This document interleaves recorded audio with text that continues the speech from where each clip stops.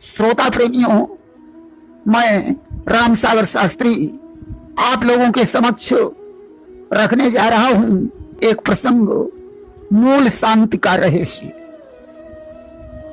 देखिए, मूल क्या है? मूल एक वृक्ष का नाम है।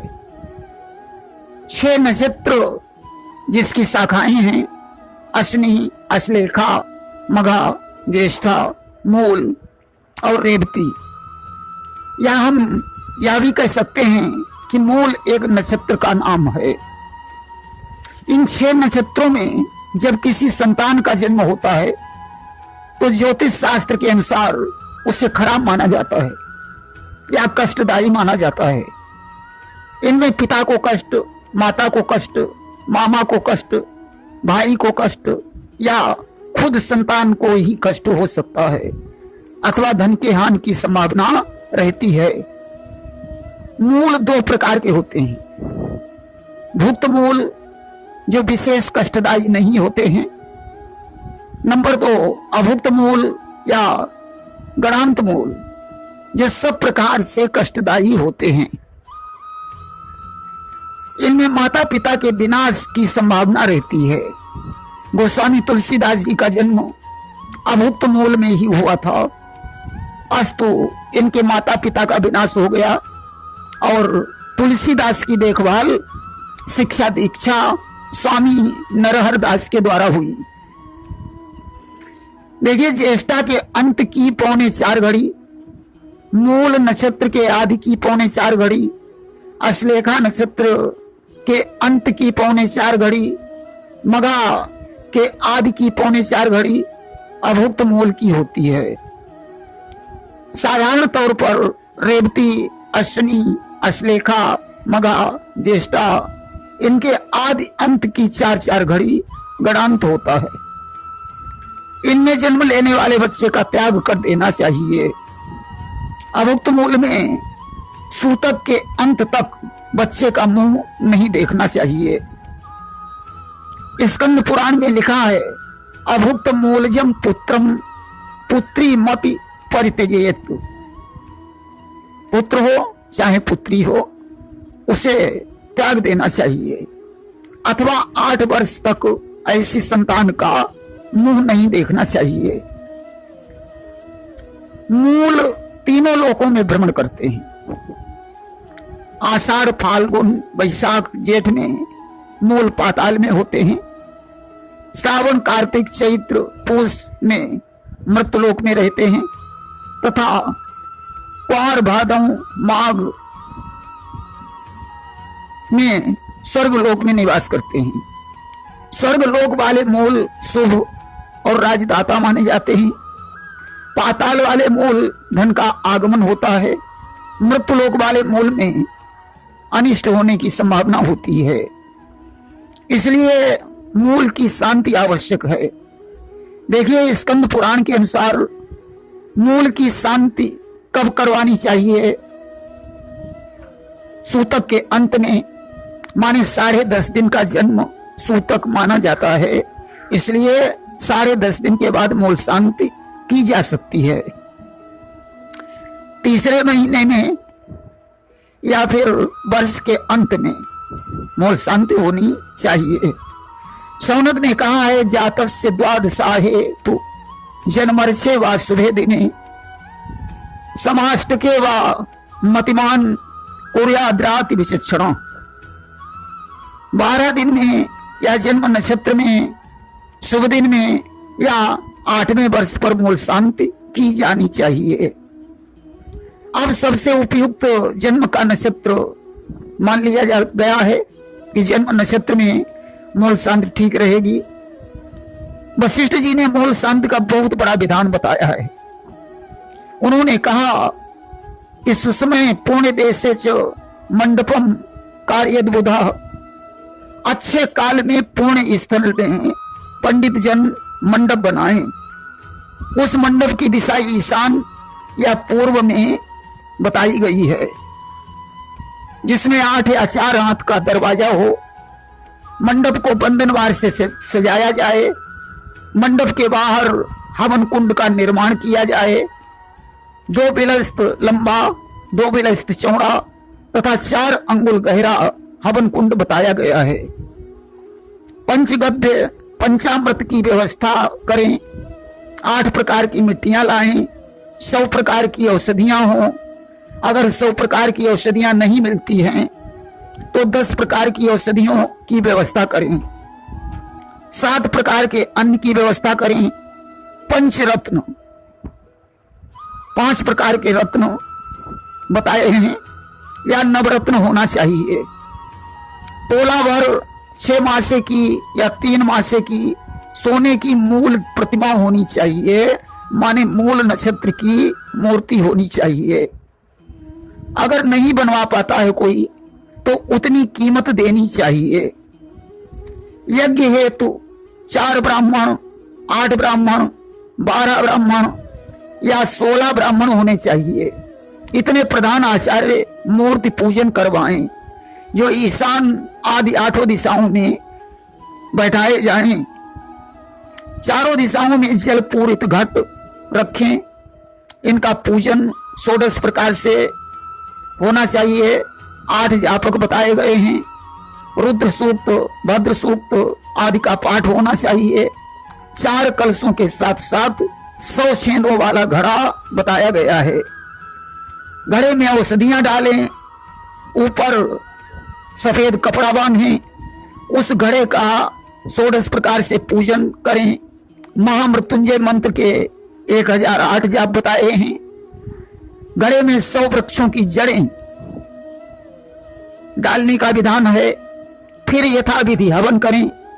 ढाक की लकड़ी से 8000 आहुतियां तथा अष्टोत्तर सहस्र से 1008 या फिर 108 आहुतियां, 15 बार चंडी हवन तथा श्री सूक्त से हवन तथा नक्षत्र की आहुतियां भी बताई हैं। यहां पंडित घट स्नान करवाए ऐसा कहा गया है। यजमान गृह वस्त्र प्रतिमा ब्राह्मण को दान करे। कांसे के पात्र में घी के द्वारा छाया दान करे। अग्नि का विसर्जन करें। 100 या 50 ब्राह्मणों को भोजन कराए। मुख्य आचार्य दैवज्ञ को बताया गया है। दैवज्ञ सुवासास्तु शुक्ल माल्याम वरार्चिता। ज्योतिषी का सफेद वस्त्र और पुष्प से पूजा करें, ऐसा कहा गया है। इसलिए मूल शांति कोई साधारण कार्य नहीं है। मूल शांति एक यज्ञ है, एक अनुष्ठान जैसा है, एक जाप की तरह है। यह भी लिखा है कि ज्योतिषी लोग विचार कर यथाविधि शांति करें। जैसी विधि हो वैसे ही इसे करें, अर्थात मूल शांति विधिवत होनी चाहिए। स्कंद पुराण और स्त्री जातक में मूल शांति का विस्तार से वर्णन किया गया है। अच्छा, मूल की स्वर्ण प्रतिमा क्यों बताई गई है? लिखा है कि सुवर्णम सर्वदैवत्यम सर्वदेवात्मको नलः सर्वदेवात्मको विप्रः सर्वदेवमयो हरि। मूल भी एक देवता है। सभी देवता सोने में वास करते हैं। अग्नि भी सर्वदेवमय है और ब्राह्मण भी सर्वदेवमय है। विष्णु भगवान भी सर्वदेवमय हैं। इस प्रकार मूल शांति का एक याज्ञिक कृत्य है। इसके लिए वेदज्ञ ब्राह्मण की जरूरत है। यह कोई साधारण कार्य नहीं है। बिना मंत्रों के बल से मूल शांत ही नहीं हो सकते हैं। इसलिए इसे वैदिक विधि से किया जाना चाहिए, क्योंकि हर प्रकार के मूल कष्टदायी हैं। मंत्राधीन देवता मंत्र के अधीन है। इसलिए बिना मंत्रों के कोई देवता प्रसन्न नहीं हो सकता है। मूल शांत करने वाले आचार्य की विधिवत पूजा होनी चाहिए तथा दक्षिणा देकर उसका आशीर्वाद प्राप्त करना चाहिए। हेम दान गजदान ते बड़ो दान सम्मान। सोना और हाथी के दान से भी बड़ा दान सम्मान होता है। आचार्य की पूजा करें, उसका सम्मान करें, उसे दक्षिणा देकर प्रसन्न करें। उसे प्रणाम करें, तभी कल्याण होता है। मूल शांति में ब्राह्मण को एक सवत्सा गाय दान बताया गया है। सवत्सा माने बछड़े के सहित गाय का दान करें, अन्यथा उतना मूल्य उसे प्रदान करें। अब मूल शांति जैसी यज्ञ को करना साधारण लोगों के बस की बात नहीं थी। उन्होंने ब्राह्मणों से निवेदन किया कि महाराज, इतने विधान पूर्वक हम इस अनुष्ठान को कैसे करवा पाएंगे? मेरे पास इतना धन कहां से आएगा? अगर हम छोड़ देंगे तो ये कष्टकारी बनेगा। कोई साधारण उपाय बताइए। हमारे ब्राह्मण बहुत दयालु थे, उन्होंने इसे संक्षिप्त कर दिया। बोले 16 ब्राह्मणों की जगह एक ही ब्राह्मण ले लो। 100 छेनों वाले घड़े की जगह 27 छेनों वाला घड़ा ले लो। उसमें भी दिक्कत हो तो 7 छेनों वाला घड़ा ले लो। छायादान के लिए एक कांसे की कटोरी और 125 ग्राम घी ले लो। 100 वृक्षों की जड़ें ढूंढने में दिक्कत होगी तो 27 वृक्षों की पत्तियां ले लो। अगर उसमें भी दिक्कत होती है तो 7 वृक्षों की ही पत्तियां ले लो।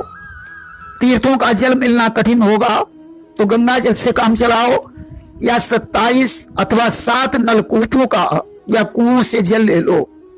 8 प्रकार की मिट्टियां न लाओ तो 7 प्रकार की मिट्टी ले लो, या फिर मंदिर या गौशाला की मिट्टी ले लो। पंचगव्य बनाना है तो गौमूत्र ही ले लो। कहीं पुण्य स्थल में जैसे बगीचे या गंगा तट पर अथवा मंदिर के पास कहां मूल शांत करवाओगे? चलो अपने घर में ही जो पवित्र जगह हो वहां मूल शांत करवा दो।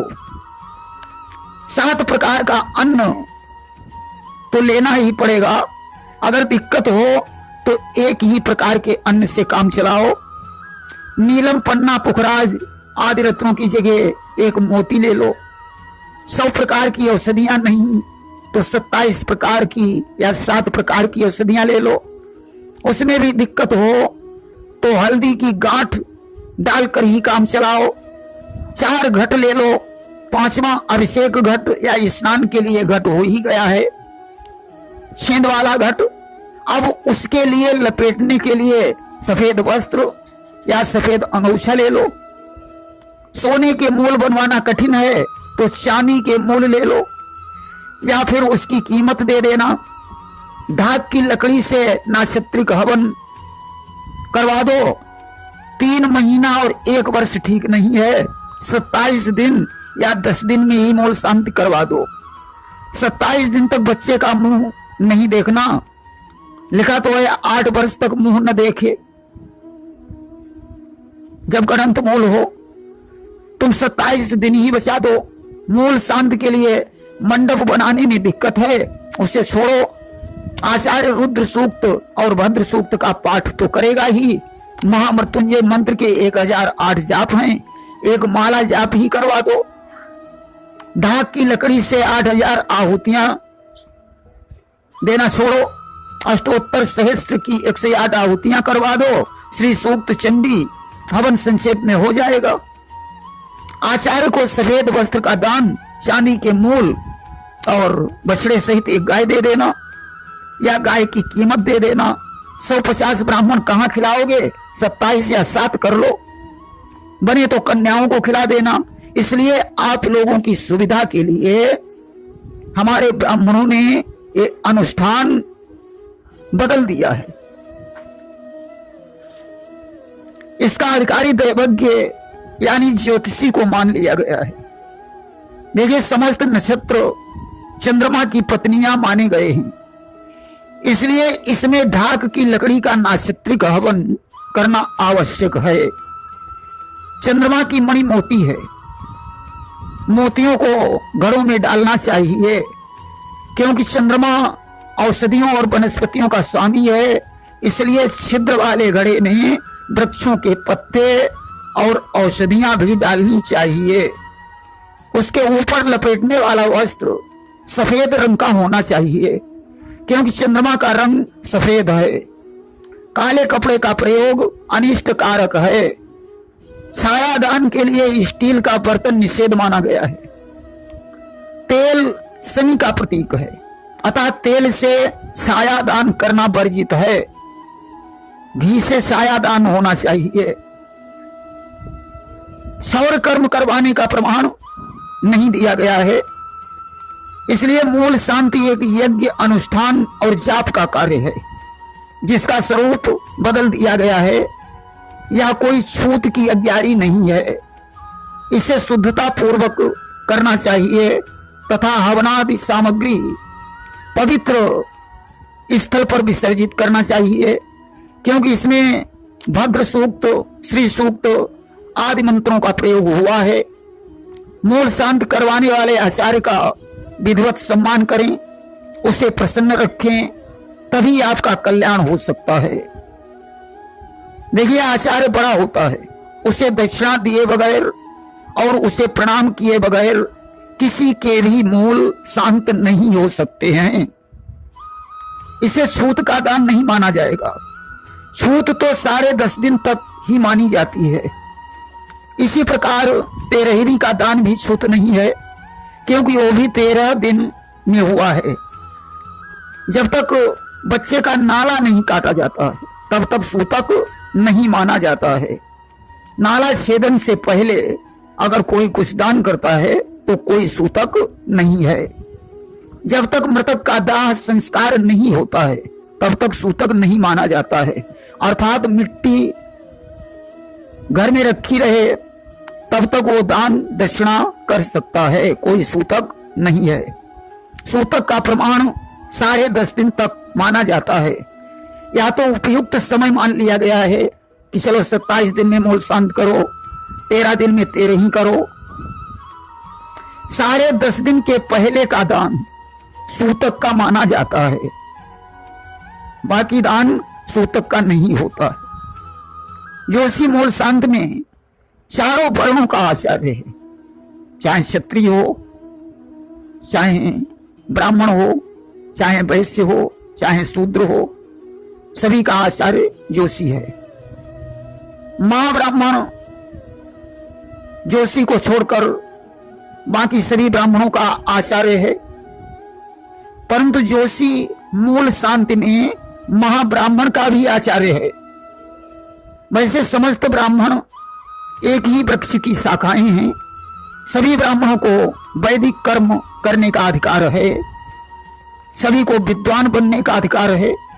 सभी ब्राह्मणों को ब्राह्मण तीनों वर्णों से बड़े माने गए हैं।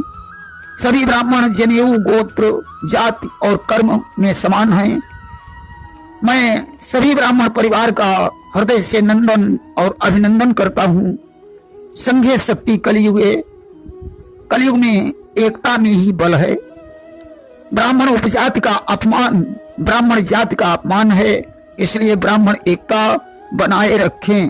प्रेम से बोलिए वृंदावन बिहारी लाल की जय।